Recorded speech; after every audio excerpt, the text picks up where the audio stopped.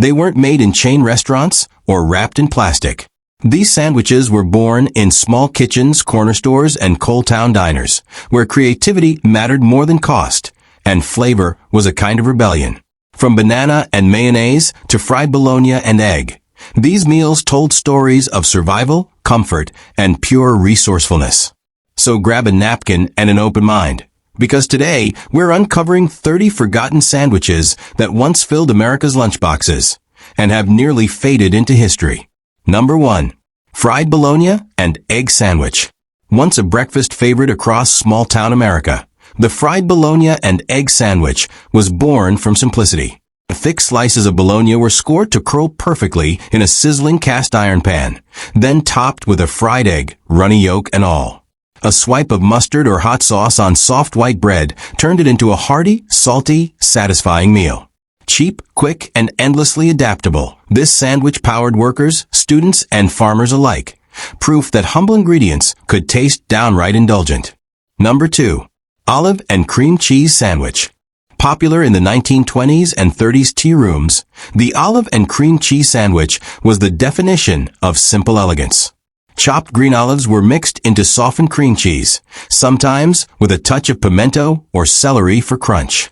Spread thick on soft white or rye bread, it offered a salty, tangy bite that felt fancy without the cost. Served with tea or lemonade, it was a favorite among homemakers. Proof that sophistication could come from the simplest pantry staples.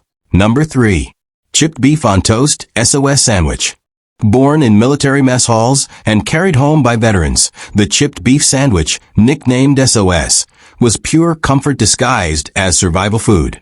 Thin slices of dried beef were simmered in a creamy white gravy, then poured over toasted bread. It was salty, rich, and filling, perfect for feeding soldiers or large families on a budget.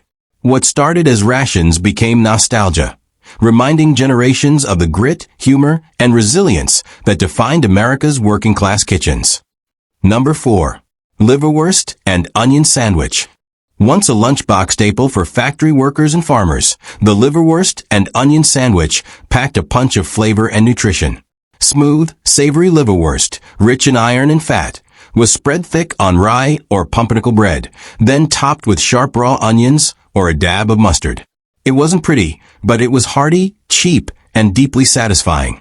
Before deli meats became uniform, this sandwich was bold, unapologetic, and built for people who valued taste over trends. Number 5.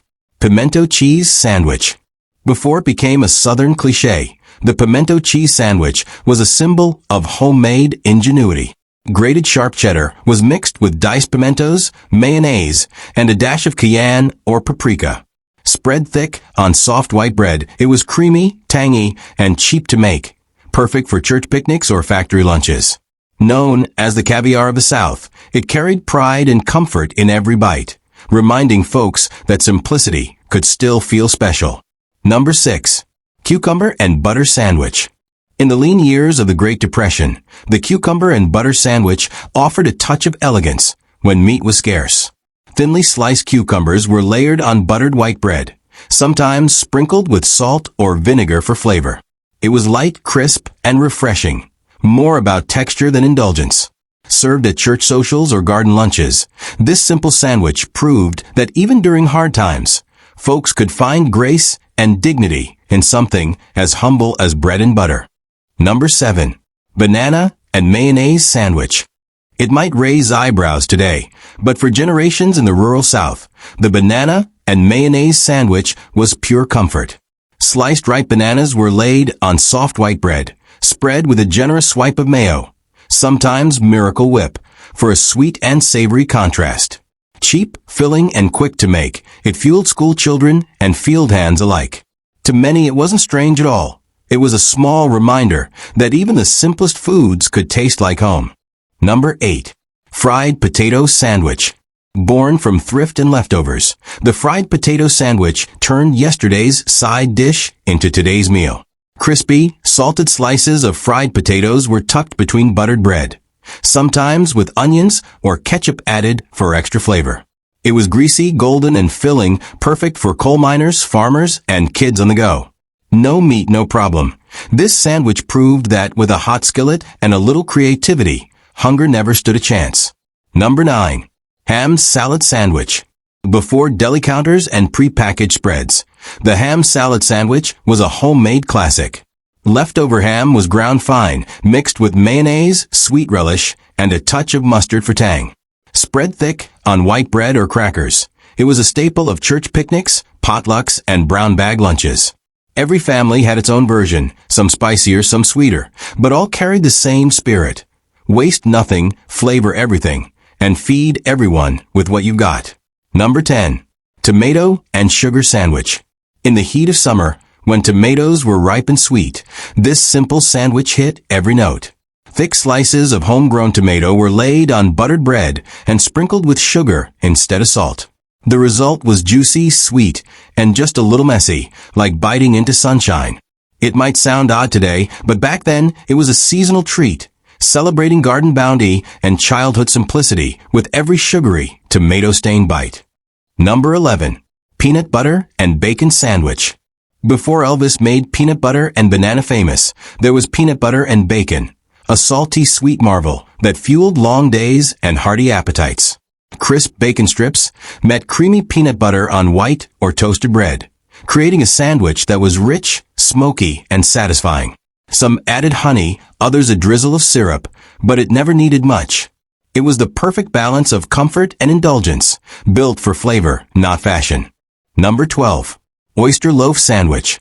A New Orleans legend now nearly forgotten, the oyster loaf was a fisherman's feast turned street food classic. Crispy fried oysters were piled inside a hollowed-out loaf of French bread, often drizzled with hot sauce or tartar and wrapped tight in butcher paper. It was rich, briny, and comforting, perfect for long work days by the docks.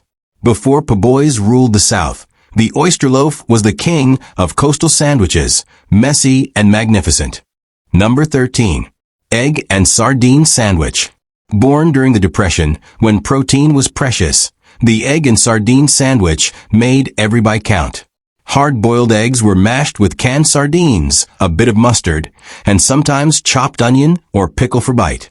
Spread on white or rye bread, it delivered big flavor on a tiny budget. It wasn't fancy, but it was nourishing and full of character. A working person's powerhouse that turned scarcity into strength, one salty bite at a time. Number 14. Pork chop sandwich. Before fast food, the pork chop sandwich was roadside royalty.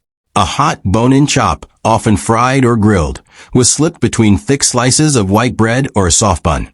The juices soaked into the bread, and a smear of mustard or hot sauce sealed the deal. Messy, hearty, and satisfying, it was a farmer's favorite lunch on the go. He didn't need a restaurant, just a skillet, a pork chop, and an appetite for the real thing. Number 15. Cabbage slaw sandwich.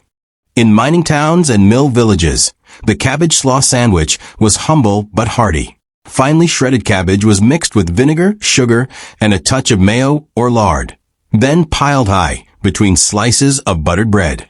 Crunchy, tangy, and refreshing, it offered a rare burst of freshness in a world of heavy, meatless meals. Cheap and easy to make, it became a coal miner's staple, proof that even the simplest ingredients could brighten a hard day. Number 16. Cold meat-loaf sandwich. Nothing said leftovers done right like the cold meat-loaf sandwich. Thick slices of yesterday's meatloaf were laid between soft bread, sometimes with ketchup, mustard, or even a slice of cheese. The chill made the flavors meld, savory, tangy, and comforting all at once. Packed in lunch pails or wrapped in wax paper for road trips, it was a blue-collar classic that proved a good sandwich didn't need to be fancy, just made with love and leftovers. Number 17. Molasses and butter sandwich. Sweet, sticky, and old as the hills, the molasses and butter sandwich was a taste of pure nostalgia. Country folks spread thick ribbons of dark molasses over soft white bread, then added a pat of butter that melted into the sweetness. It was simple fuel for farmhands and school children alike, cheap, filling, and full of flavor. Before candy bars and snack cakes, this humble sandwich was the South's homemade dessert, rich in comfort and tradition. Number 18. Bologna salad sandwich. The bologna salad sandwich was a thrifty twist on ham salad, born in kitchens where waste wasn't an option. Chopped bologna was mixed with mayonnaise, relish, and sometimes hard-boiled egg, then spread thick on white bread. It was creamy, tangy, and surprisingly hearty, turning cheap lunch meat into something worth craving. Found at church picnics and packed in metal lunch pails, it was a kind of sandwich that reminded folks how a little creativity could stretch $1 a long way. Number 19. Pineapple and cheese sandwich. A curious mix of sweet and savory, the pineapple and cheese sandwich had its heyday in mid-century America. Canned pineapple rings were layered with sliced cheddar or cream cheese between soft white bread, sometimes toasted for a melty twist. It was a favorite at luncheons and church gatherings, bright, tangy, and unapologetically quirky. Long before fusion cuisine was trendy, this oddball sandwich proved that flavor experiments weren't just for chefs. They started right in Grandma's kitchen. Number 20. Scrapple sandwich. A true breakfast-to-lunch crossover. The scrapple sandwich was born in the Pennsylvania Dutch kitchens and spread across rural America. Made from pork scraps and cornmeal molded into a loaf, scrapple was sliced, fried crisp on the outside, and tucked between slices of bread, often with eggs or apple butter. Its savory, earthy flavor made it a filling meal for farmers heading to the fields. Once a morning staple, it's now a nostalgic taste of thrift, tradition, and hearty country living. Number 21. Fried green tomato sandwich. Before they were a movie title, fried green tomatoes were a farmer's trick for using unripe fruit before the first frost. Sliced, breaded in cornmeal, and fried golden, they found their perfect home between slices of bread, often with mayo, lettuce, or a slab of bacon. Tangy, crunchy, and warm, this sandwich captured the soul of the rural South. It was humble but full of pride, a reminder that even the unripened could shine with a little love and grease. Number 22. Deviled ham sandwich. Spicy, spreadable, and downright addictive. The deviled ham sandwich brought a kick to lunchboxes everywhere. Made from minced ham mixed with mustard, hot sauce, and a pinch of cayenne, it was spread thick on white bread or crackers. Canned versions, like Underwood, made it a pantry staple for quick meals or picnics. Tangy and savory with a fiery edge, it was proof that a few bold ingredients could turn humble leftovers into something unforgettable. Number 23. Apple and sharp cheddar sandwich. Crisp, tart apples and sharp cheddar cheese made an unlikely but beloved pair in this simple sandwich. Sliced apples, often Granny Smith or Macintosh, were layered with tangy cheddar between buttered bread, sometimes toasted to melt the cheese slightly. It struck the perfect balance of sweet, salty, and crunchy. Popular in New England and the Appalachian Hills, it was a farmer's favorite snack, a reminder that good flavor didn't come from fancy ingredients, just perfect opposites working together. Number 24. Sardine and onion sandwich. A powerhouse of bold flavors, the sardine and onion sandwich was once a fisherman's favorite and a working man's lunch. Canned sardines were mashed with a fork and spread over buttered bread, topped with thin slices of sharp onion for extra bite. Sometimes a squeeze of lemon or dash of hot sauce sealed the deal. It was salty, oily, and unapologetically pungent, cheap to make, packed with protein, and unforgettable for anyone brave enough to love it. Number 25. Peanut butter and pickle sandwich. It sounds strange, but this Depression-era classic had a loyal following. Creamy peanut butter met the crunch and tang of dill pickles, creating a sweet, salty combination that just worked. Cheap, quick, and packed with protein, it became a go-to meal for school lunches and midnight snacks alike. The contrast of smooth and sour made every bite a surprise. For those who grew up on it, this quirky combo wasn't weird. It was pure nostalgia on bread. Number 26. Salmon salad sandwich. Before tuna took over the lunch crowd, the salmon salad sandwich was the star of the pantry. Canned salmon was flaked and mixed with mayonnaise, diced celery, and a squeeze of lemon, then spread on soft white or wheat bread. Sometimes a leaf of lettuce or a slice of tomato dressed it up, but it didn't need much. Its flavor spoke for itself. Nutritious, inexpensive, and full of old-fashioned charm, it was the C's answer to chicken salad. Number 27. Hot dog and onion sandwich. Before backyard grills and hot dog buns were everywhere, folks made do with what they had: plain sliced bread. A split hot dog laid on buttered bread with fried onions or a dab of mustard became a simple, satisfying meal. The onions added sweetness and bite, turning a budget-friendly sausage into something hearty. It wasn't fancy, but it filled bellies and brought comfort during tough times. Proof that even the humblest foods could taste downright special. Number 28. Creamed corn sandwich. A true Depression-era creation. The creamed corn sandwich turned pantry scraps into a warm, filling meal.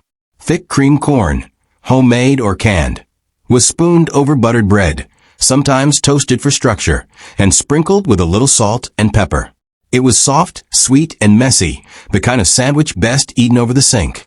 In hard times, it offered comfort and calories without costing much, a gentle reminder that resourcefulness often tasted a lot like love. Number 29. Hot chicken sandwich. Before Nashville made spicy chicken famous, the classic hot chicken sandwich was a diner and farmhouse favorite.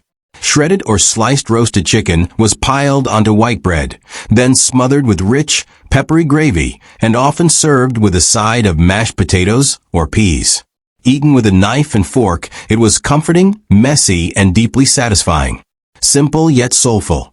This open-faced sandwich turned humble leftovers into a hearty meal that warmed both body and spirit. Number 30. Beef tongue and mustard sandwich. Once a delicacy in working-class kitchens, the beef tongue and mustard sandwich was as flavorful as it was frugal. Thinly sliced, tender beef tongue, slow-cooked until melt-in-your-mouth soft, was layered on rye or crusty bread with a sharp smear of yellow or spicy brown mustard. It delivered rich, beefy depth in every bite.